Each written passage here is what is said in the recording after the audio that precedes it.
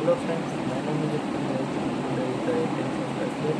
I am going to tell you about the I am starting the learning English from the book by autobiography of Yogi. We will continue with the first chapter with this book. This chapter's name is My Parent and Early Life. The characteristics of features of India culture have long been a search for ultimate variety and connection with the disciple-guru relationship.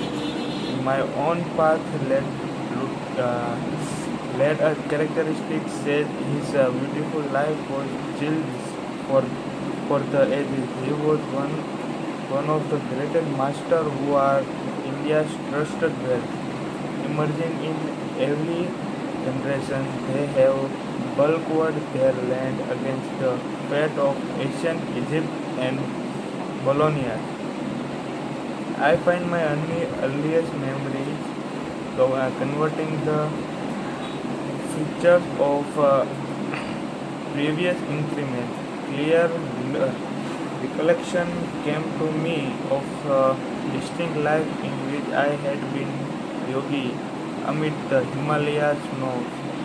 These clips of the past by some dilemmas link also afforded me a glimpse of the future.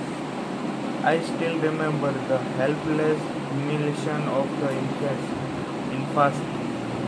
I was uh, I was resentfully conscious of being unable to walk and to express myself freely. Prayerfully, sugars across arose within me as I realized my body improvements. My strong emotional life was mentally expressed in words of many languages. Amid the inward confusion of thoughts, I gradually become accused to hearing the Bengali syllabes of my people. The building scope of an infant's mind, adult considered to be limited to toys and toys. Physiological ferment and my un, unresponsive body brought me many obsessed crying spells. I am I recall the general family at my distress. Happier memories too crowd in on me. My mother's cares and my first attempt at lip, lisping fairs and toddling space. These earlier triumphs, usually forgotten quickly and yet natural basis of self-confidence. My far-reaching memories are not unique. Many yogis are known to have retained their self-consciousness without interruption by the dynamic translation or from the life and death. If man be slowly a body, its loss indeed ends its identity. But if prophets down the millions speak with the truth, man is essentially a soul in incorporeal and omnipresent. Although odd clear memories of infancy are not extremely raised during travels in num- numerous land I had heard very earlier. Recollection from the lips of various men and women. I was born on January 5, 1893. in Bokharpuram in northeast India, near the Himalayas mountain. Here my first 8 years were passed. We were 8 children, four, four boys and four girls. I, Mukunda Lal Ghosh, was the second son of the fourth child. Father and mother was Bengalis of Kathiriya caste. Both were blessed with a silently nature. Their mutual love, tranquilly and dignified, never expressed itself frivolously. A perfect parental harmony and calm center for the revolving of 8 young lives. Father Bhakti Chandra Ghosh, Bhagwati Chandra Ghosh, was a kind gave at times streams, loving him dearly, and children yet observed the certain and distance. An outstanding mechanic, mathematician and logician, he was a guidance principally by the intelligence. But mother was a queen of hearts and taught us only through love. After her death, father displayed more his inner tenderness. I noticed then that his gaze often seemed to metamorphose into my mother's gaze. In mother's presence, we children made an earlier bequeath. The mother would responsibly summon from the Mahabharata and Ramayana, suitable to tell to meet the anxiety of discipline. On this occasion, and we went hand in hand. As the gesture respect of our father, in the afternoon mother would raise us children carefully to welcome his home from the office. He held a position similar to that of a vice president in one of the India's large companies, Bengal Nagpur Railways. His work involved traveling. Our family lived in several cities during my childhood. My mother held an open hand toward the needy. Father was also kind sport, but his respect for law and order extended to the budgets. One fortnight, mother spent in fending the poor more than father's monthly income.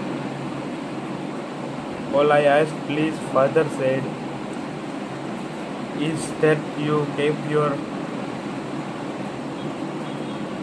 charities within the reasonable limit. Even a gentle rebuke from her husband was grievous to mother. Not hinting to the children at any disagreement, she ordered a hackney carriage. Goodbye, I am going away to my mother's home. A sent an ultimatum. We broke into estimated limitations. Our mental uncle arrived opportunely. He whispered to father some sage counsel. Sermon granted, no doubt, from the edges. After father had made a few conciliatory remarks, mother happily dismissed the car. Thus ended the only throttable I ever noticed between my parents. But I recall a characteristic discussion. Please give me 10 rupees for the helpless woman who had just arrived at a house. Mother's smile had its own prescription. Why 10 rupees? One is enough. Father added a justification.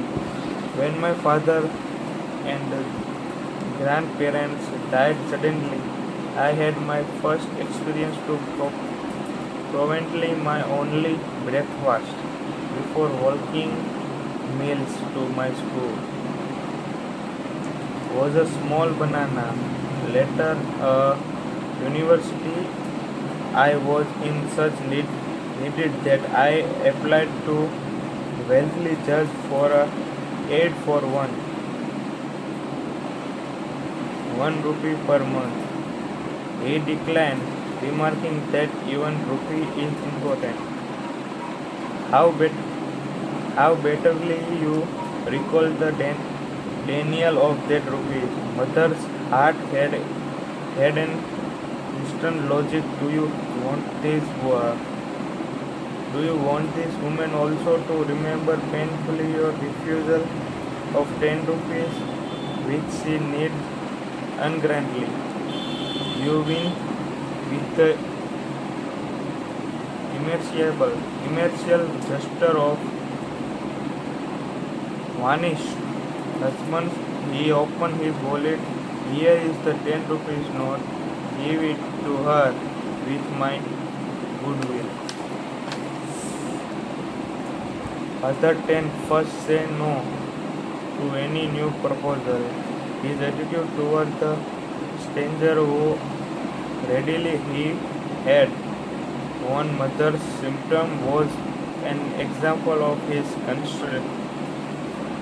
customary question and aversion to instant acceptance is really only harmony with the principle of due reflection. I always found my father responsible and evenly balanced in his judgments. If I could stir up my nervous request with one or two good arguments, he would invariably put within my reach the covered goals. When then whenever the vacation trip or a new motorcycle. Father was a strict discipline to his children in their earlier years, but his attitude towards himself was truly spareable. He never visited a dark. He never visited for a instance, but some his reflection in various spiritual practice and in reading the Bhagavad Gita. Shunning all luxurious, he would cling to one old pair of shoes until the wear unless his son bought automobiles after they came into popular use. But father was content with the trolley car for his daily ride to the office. Father was not interested in the accumulation of money for the sake of power. One on one occasion, after he had organized the Kolkata Urban Bank, he refused to benefit himself by holding any of its shares. He had simply wished to perform civic duty in his spare time. several years after father had retired on a pension and accountant from England came to India, examined the books of Bengal Nagpur Railway. The investor discovered the father had never applied for a overdue bonus. He did the work of three men. The accountant told the company he has rupees 125,000 owing to him as a back composition. The treasurer sent father a check for that amount. My parents thought so little about the matter that forgot to mention it, it to the family. Much later, he was considered by the youngest brother Vishu, who had noticed the large deposit on bank statement. Why be Ellen my marital profit? Father replied, the ones who possess a goal of even mindedness in neither jubilant with the gain nor desperate by lose.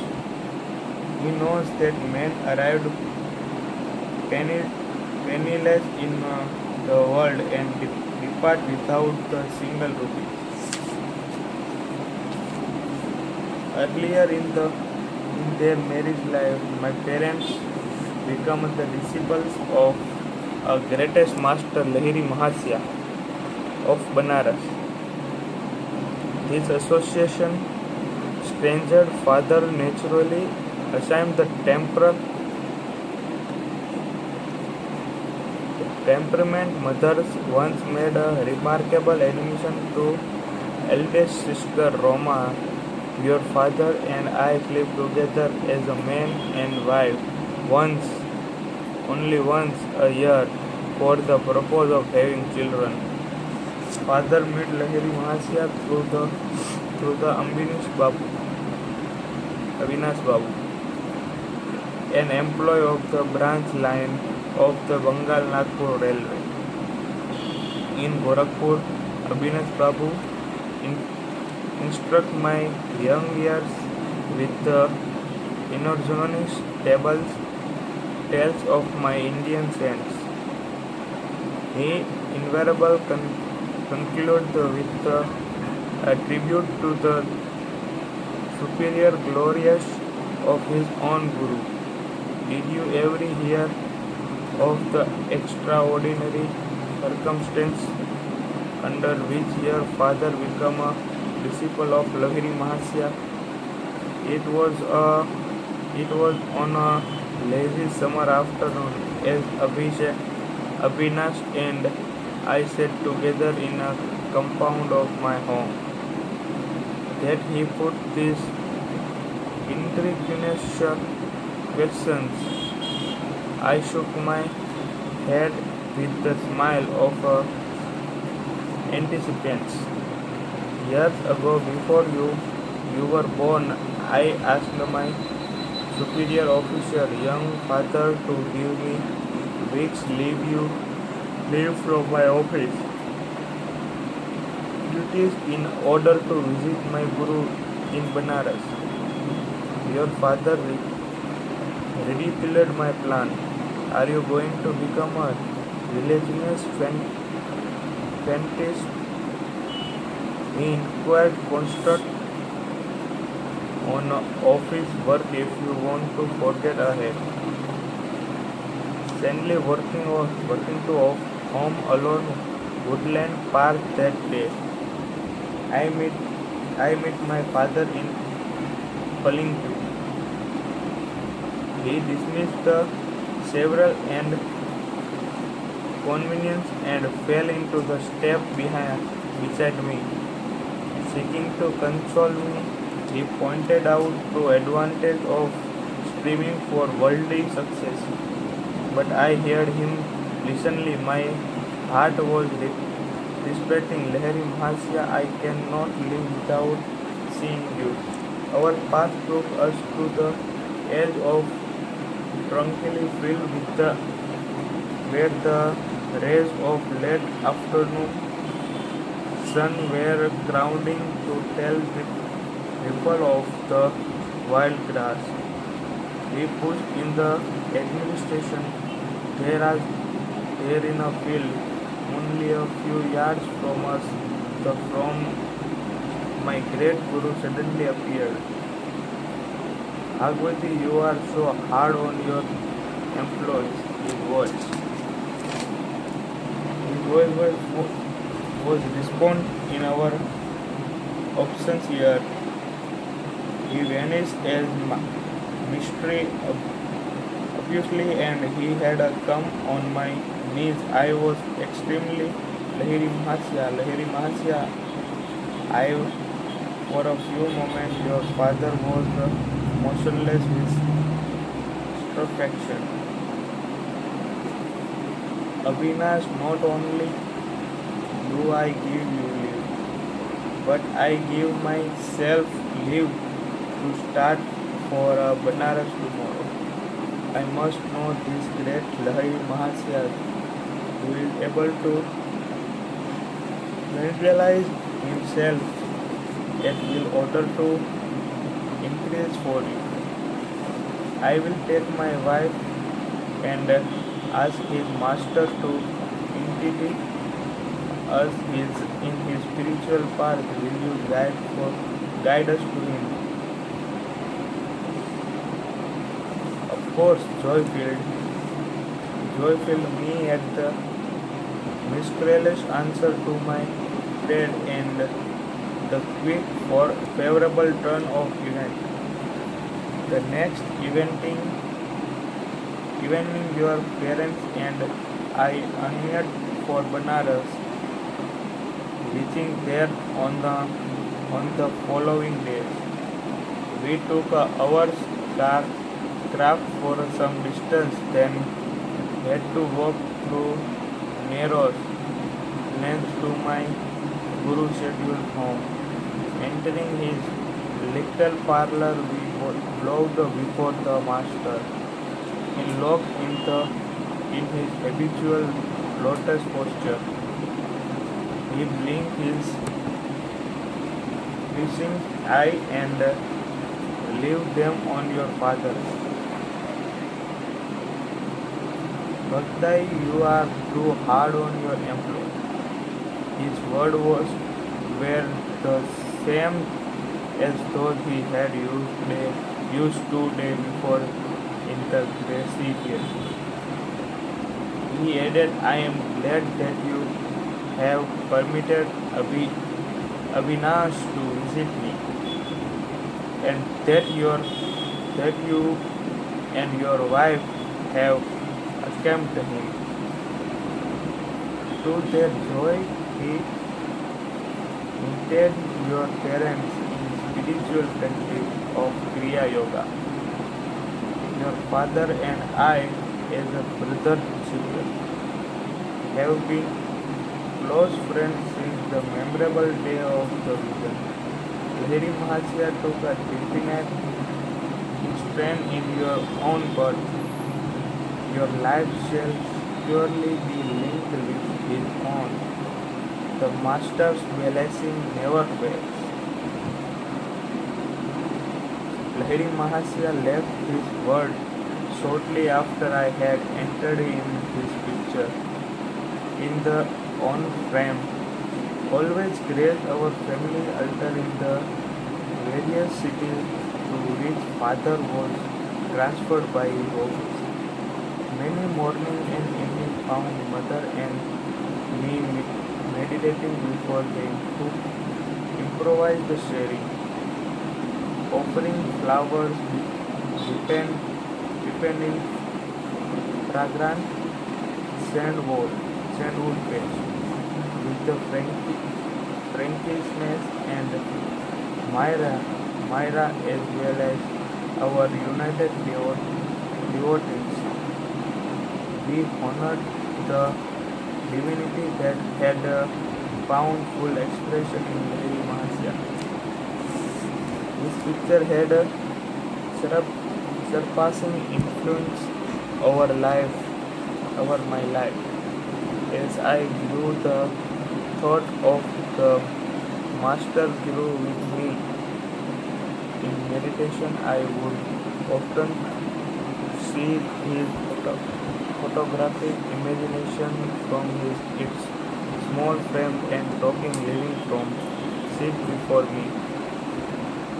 When I attempted to touch the feel of his luminous body, if would change and I again become the teacher, as childhood slipped into beyond, I found Lahiri Mahasyas transformed in my mind from a little image created in the frame to a living, entirely presence, and I frequently prayed to him in moment of trial of confusion, finding within me his short, searching directions. At first, at first I grieved because he was no longer physically living as I begin to discover his secret omnipresence. I lamented on no more. He had often brightened to those of his disciples who were over and overexcited to see him. Why come to you, my flesh and bones, when I am ever within range? Your customer spiritual sign. At about the age of 8, I was blessed with a wonderful handling through the photography of Lahiri Mahasya. This experience gave intense intensification to my love. While at our family stand the Istapur, Bengal, I was strict with the Asian Korea. My life was desperate.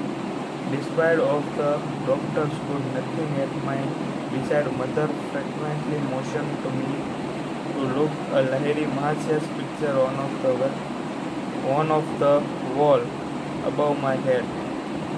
Bow to him mentally. She knew I was too feeble even to lift my hands in solution. If you really show your devotion and inwardly knees before him, your life will be spared.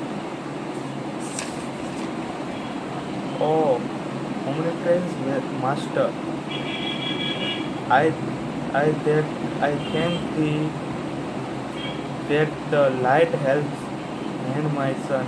I realized that she too had witnessed of luminous through which I had instantly recovered from the usually faith disease. One of my most precious possessions is that same photograph given to Father by Lahiri Mahasya himself, the crisis olive variation. The picture had a miscellaneous origin. I had the story from father's brother's disciple Kali Kumar Roy. I about Kali Kumar Roy we will discuss later about this. So this is the today's session. We are going to tell you about the yogi story again and again, and after the we will meet second part of this. We will learn English daily for the best experience in our life. We should learn English and we should take practice of English. Thank you.